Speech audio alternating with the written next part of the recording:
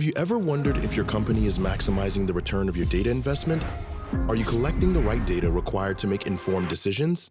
Is there more that can be learned from our data?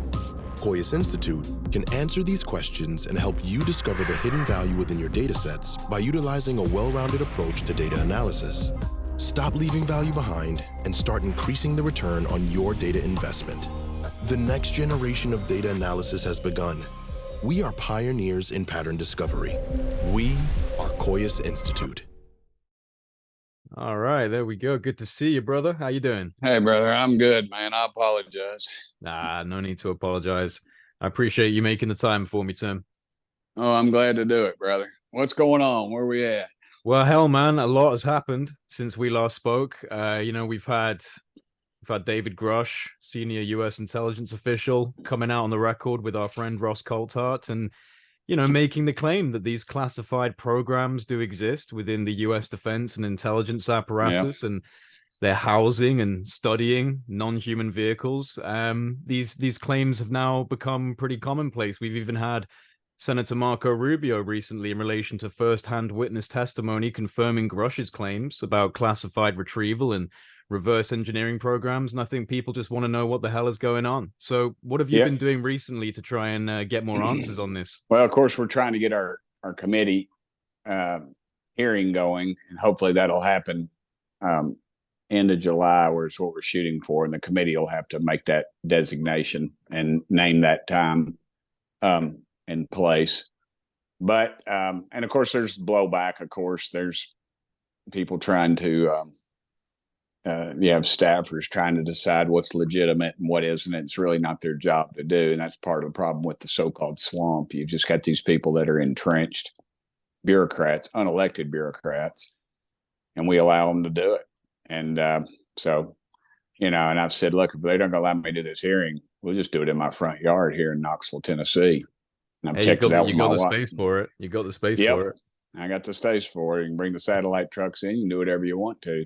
And so we'll figure it out. I'll figure it out. I say we'll do it here in my front yard, but we'll find a hearing hall in DC and we'll just do it like we want to do it.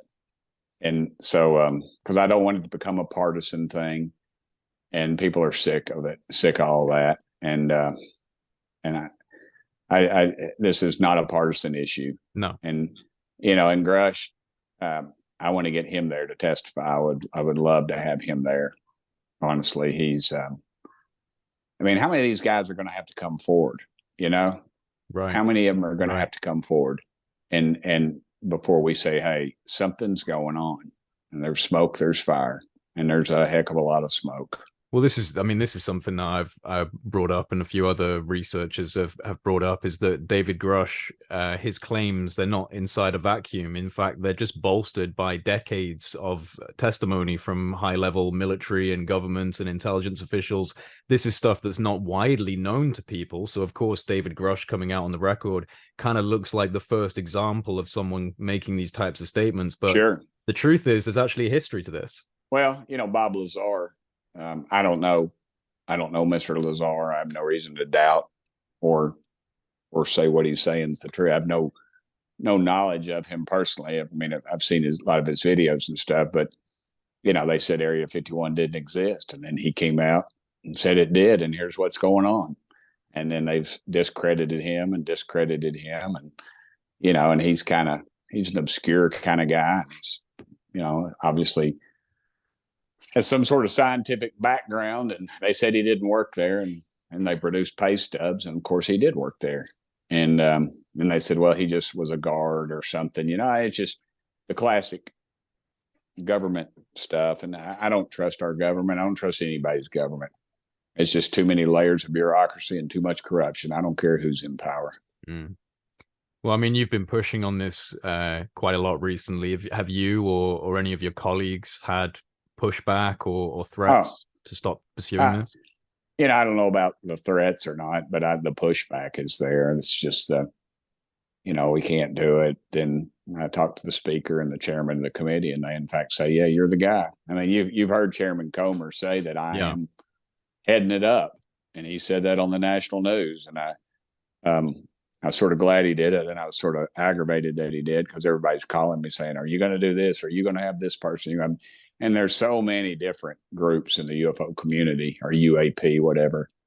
I think UAP is just another attempt to throw us off. I honestly think that's just some bureaucrat's idea to throw us off the trail and kind of water it down. You got to re-educate people on what it's UAP is. Oh, okay. Well, nobody knows what that is. Everybody knows UFO. It becomes a little bit harder to claim they're unidentified when you've got people within the intelligence network saying we have their vehicles and bodies. Yeah. And I mean, they said, "Oh, Burchett, I can buy, they might have a saucer or some kind of craft. Why would they have a body? I can't buy that." And I say, well, who the hell's going to fly the dadgum thing? Right. let's get a real, I mean, I don't know. I just, a lot of frustration on my part. And I knew I'd be getting into it, because it's not like, oh, hey, we've been hiding this thing since 1947. We're going to pursue it even more. So, I mean, Burchett's going to hold a hearing. They're going to turn it loose, and everybody's like, "Oh, bring all the people out, all this stuff." And I was like, "No, it ain't going to happen that way. Here's what's going to happen. We're going to have a hearing, and we're going to bring people in who have firsthand knowledge and maybe can scratch the surface. But it's going to take a lot of digging to get to the bottom of this thing, because it's you're burying it for decades. And then now all of a sudden, in a 2-hour hearing, we're just going to disclose the whole thing. They're not going to turn loose of that any more than they are going to turn loose the Kennedy assassination files. Yeah, you're not wrong there. It's going to be a long haul process. And, we've seen over the last few years, basically from 2017, it has been a bit of a tug of war and a bit of a process, a gradual acclimation of this information. And, it does feel like the temperature's been turned up a little bit with people like David Grush coming out and these apparent first-hand witnesses that have spoken to individuals that Marco Rubio has referenced. So do you have any optimism for some relatively bold claims and information to come out within, let's say, the next year?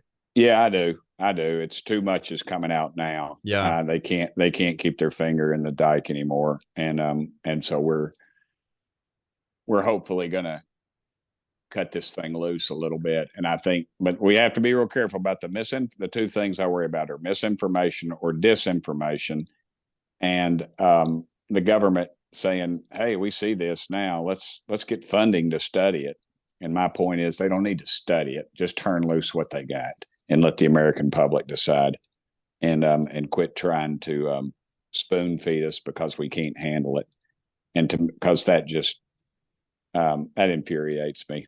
Just this arrogance that we have in Congress or in government, that we're something more than we're not. And we're just, we're a collective bodies of people that are elected by our constituents to come down there and do some good.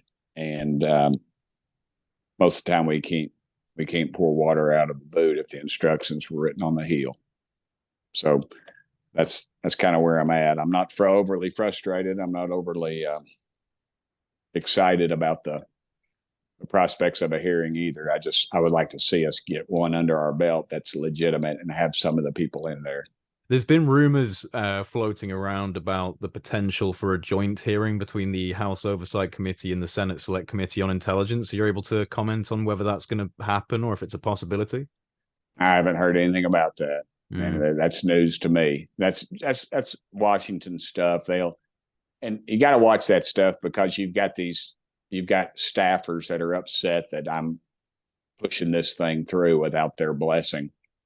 And, and they take a lot of, they pride in ownership. All of a sudden we're in the majority, and they think they're going to be telling us what to do. And I don't care. They don't vote for me. I'll expose them. I'll call them out. I'm sick of it. I'm not going to play that game. We're going to have a legitimate hearing. It's not going to be some partisan thing about the Chinese spy balloon or any of that stuff. It's going to be legitimately about what's going on right now in the UFO world. And let's just let it fly. Because if you want to keep the the talk of a cover up. Let's go down that partisan route. Let's talk about spy balloons. Let's talk about discrediting every witness that we have instead of bringing them in, let them speak their piece, and then let the public decide. Yeah, I think one of the issues is that there's not enough public knowledge on this. I mean, speaking from the perspective of a British citizen, I was out with a friend the other week. He'd come to the city I live in, Nottingham, for the first time, so I wanted to take him out to a nice bar, and we got this really old pub called Ye Old Walk to Jerusalem. It's this very old pub where they apparently they planned some of the Templar Crusades at that area before moving on into Jerusalem. So it's a really great spot. And we were sitting down having a couple of drinks, and we're both interested in the subject, so we were talking back and forth about everything. And there were these two guys that were sitting near enough, I guess, to hear us talking. And as we were about to leave, they were like, what are you talking about? And so we quickly sat back down, and I explained. And I've got a bit of a PowerPoint presentation in my head these days for people who don't know about this stuff. I'm just like, well, back in 2017, the New York Times put out a front page article, blah, blah, blah, blah, blah, and go down the whole line of developments that we've seen over the last few years.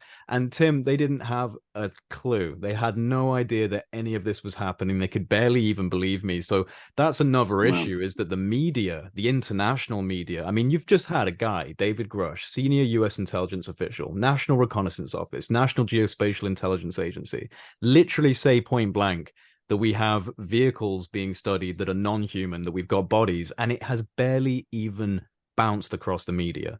No, that's true. And that's just part of the cover up. It's just, it's beyond me. It is completely beyond me. That is the story of a lifetime. Somebody produces that, and I get it. They've been had so many times, but dadgummit, that's their job, is to weed through that stuff. Like the committee's job is to weed through this stuff, not to decide who's telling the truth or who isn't, or who's credible or not. And I've made the statement about David Grush. Maybe in Washington D.C. it doesn't mean that much that he's a decorated veteran. I tell you where, in Tennessee, it means a whole heck of a lot. And we hold our veterans very near and dear to our hearts. I mean, in Tennessee, Alvin York, the most decorated man for World War I, is from Pall Mall, Tennessee, just up on the Cumberland Plateau. I mean, I mean, we have a storied past, and our veterans, and to think this guy's being discredited, to me, is beyond. And really, that's what they're doing, is discrediting by not going with the story and calling him up and saying, hey, 60 Minutes, let's talk. I mean, 60 Minutes, I throw that out there, but 60 Minutes did do the Tic Tac videos. Mm-hmm, mm-hmm. So I give them a lot of credit, and didn't editorialize. They just let the Navy pilot, they showed the video and let the Navy pilot. The history on the Tic Tac video was they said that didn't exist. And then they got released, and they said they were fakes. And then they come out later and said, in fact, they're true. And then they produced the pilots, and it turns out he's one of our top pilots in the world. I mean, he's our top guy. He was the man that did it, and or the men, I guess. There's a couple of them on there, but why those people aren't brought into intelligence committee meetings, and to me, just adds to the cover up. I think people have been compromised. I think at the highest level, whether it's through financial or, the old honeypot, where they're at a motel or at a bar somewhere, and some pretty thing comes up and starts flirting with them. Next thing you know, they're in bed with them. Next thing you know, they're on film, and they own them, and they're going to wreck their marriage and wreck their careers. And if they don't do what they say, and they get close to the edge, and they get that phone call, and they say, not on this one, and they roll it back a little. And I think that's happened quite a few times. Well, there's even been some talk from some of these first-hand witnesses that are hesitant to speak in fear of their own families being in danger. So there's a genuine level of fear from some of these insiders who are close to these programs, that it could actually be fatal in some cases to talk about this. Yeah, I've told my wife, I said, if I commit suicide by shooting myself in the back of the head 3 times, know that that it probably isn't suicide, and I mean, because that's a joke, but I mean, you're talking billions of dollars of technology that could be gained from these things, and putting them into the public domain is not what corporate America wants, or the world corporation. I guess it's more than America. It's a corporations without borders kind of thing. Mm-hmm. Well, the World Economic Forum, Yeah, you know, things like this. absolutely. I think there's a level of insight within that particular umbrella that knows about this subject and has vested interests in, I think, as you just touched on, the energy methods, the propulsion systems. I actually think, and I'm not alone here, I think a lot of people within the research field feel the same way, that we have managed to develop vehicles and technologies that use very, very exotic propulsion and energy methods, and that the UFO issue, the whole idea of alien visitation, although it probably is true, could also be a very good smokescreen for hiding your own classified aerospace platforms, because you can just say, hey, that's a UFO. We don't know what that is. Turns out it's actually a Lockheed Martin Skunk Works prototype. Yep, and I could see that being very accurate, very accurate. And even more so if they've reverse engineered something like that. So it's just, to me, it's there's a lot of questions there. Yeah, do you think that this is actually more in the corporate level than it is in the governmental Yeah, programs place? I think there's very limited knowledge in the government entities, and it has been passed on to corporate levels. And at that level, it's very few, and the dots have long been disconnected. So there's no real. I mean, people have died a long time. I mean, not untimely. I mean, their time's run out. You know, you're talking something since the 40s. So there's nobody alive that could connect those dots, obviously. And now now some things are coming out, and nobody can go back and say what it is. And I mean, you've got this material in a lab somewhere, and these people are analyzing. They don't know where it came from. They're just analyzing it.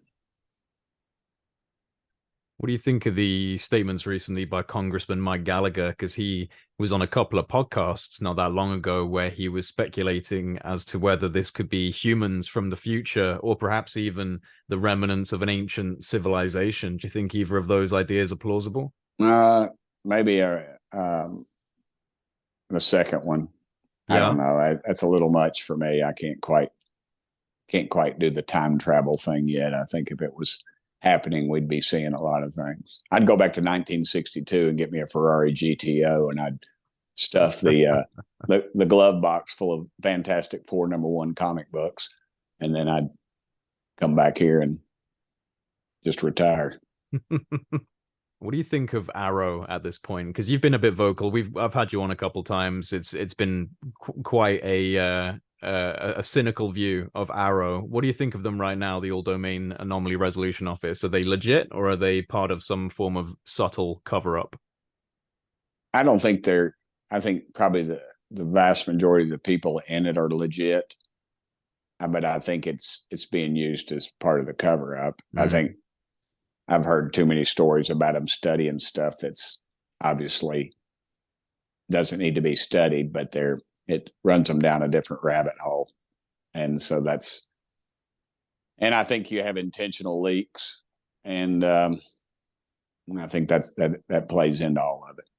And I just don't have a lot of faith in anything in our government dealing with this issue.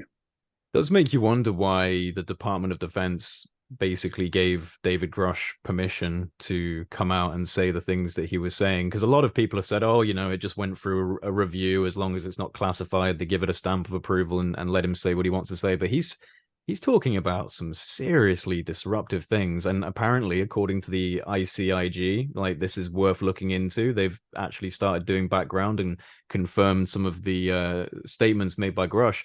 Why do you think the DoD essentially gave him a green light? It's kind of the whole idea of the cover up. It makes it feel as if there's factions, that there's some elements of the DoD that want this out. There are some elements that don't. I mean, how do you make sense of this? It's like when you don't have it in England, I don't guess, but if you call the IRS and you wait on the line for 12 hours and finally get an answer, and then you write it down, and then you better write that person's name down and document everything, because you call back and get a different answer. I think that has a lot to do with it. I think it's just so big, and that it's so broad spread that you've obviously somebody's scratching their head somewhere going, why in the world did we let this guy get out? If they had anything to discredit him with, I feel they would have done it already. I do too. That's I'm a little shocked about the whole thing. He's pretty much a square egg, man. Everything I've heard about him, and I mean, I know him. I mean, we chat. We don't hang out or go vacation or anything, but everything I've heard on him is legit. And the people in the know that I trust behind the scenes say, in fact, he's legit. Do you have the clearance to talk to him in an official capacity? Yeah, I think I have to do it in a skiff though, for him to tell me anything classified. Of course, anything he's talked about publicly that he's released on, I'm just like any other citizen. But I have those clearances, and that creates a lot of problems. But but the problem is you don't know what questions to ask, and where to ask. I've got to get that information. It's a moving target. It's like a bunch of these congressmen. Burchett, let's go. Let's get a Codell, a congressional delegation, and go to Area 51. I'm like, what are you going to do there? I mean, there hadn't been anything there since Wright-Patterson. I mean, Roswell, they took everything there, and then they went to Wright-Patterson, or Wright-Pat as they call it. They took it there almost immediately, and then you don't know where it was there, and then it was disseminated, who knows where, and it's like the Indiana Jones warehouse picture. So you just don't know. It's just we need some clarity, and I don't know what else to do, who else to ask, or what else to, but I'm trying, and everybody calls and wants me to bring somebody else to ask somebody else to the committee, but I'd like about a half a dozen people at the committee, and just let them all say their little 5-minute spiel, and then let people start asking them pointed questions. It's a tough one, man. I mean, like you were saying earlier, this is bipartisan, which is a really good thing, because at this time, especially in, I would say, the American political landscape, bipartisanship's a pretty rare opportunity to reach across the aisle and just like actually agree on something that's really important. And I think that this will continue to progress, but I will begrudgingly admit that there's certainly a lot of intelligence community interference, and there's a lot of pushback. And I was actually, because I had Ross Coulthart on literally last night for a talk, which is coming out tomorrow. And we were talking about this whole 6-month time span that's being given to government agencies and contractors in regards to the release of information and materials relating to this non-human intelligence and the technology. And I said to Ross that this just gives them 6 months to hide all of their shit, which in fairness he acknowledged, but then responded with something that he hasn't said publicly before, that he's been made aware by multiple sources of a vehicle that's being studied outside of the US that apparently, and this is again from multiple what he believes to be trusted sources, a vehicle that's so large they had to construct a building over it to surround it, hide it, and study it secretly, and it's quite literally too big to even be moved. That would actually fit into some of the a sighting that a good close friend of mine had when he was in the Navy back in the 50s. That would fit into that. Yeah, I remember you mentioning this last time. It was the size of a, oh God, what did he say? Like a carrier ship. Yeah. And it was over. It literally blocked out their view while they were sitting on a ship, on a destroyer, I believe. So it was. He said it was 2 city blocks if it was a foot. So who knows? I mean, I don't know. But we're gonna have to. Is he still around? Yeah, he's still alive. I need to get him out talking about it. Yeah. I'm trying to maybe get somebody to get record a thing and get an affidavit from him on what happened. You tell him if he ever wants to come and tell the story to people, I'd be more than happy to host the man. I'll work on it. He's an older guy. He's a good guy though. Yeah. But anyway, well, brother, I appreciate you. Hey, I appreciate you too, man. We all do. We all appreciate the effort you're putting in. It's not easy going against the grain, and that's what you're doing. Yeah, I am, but I appreciate it. Bear got a lot of support to do it. A lot of good folks all over the world.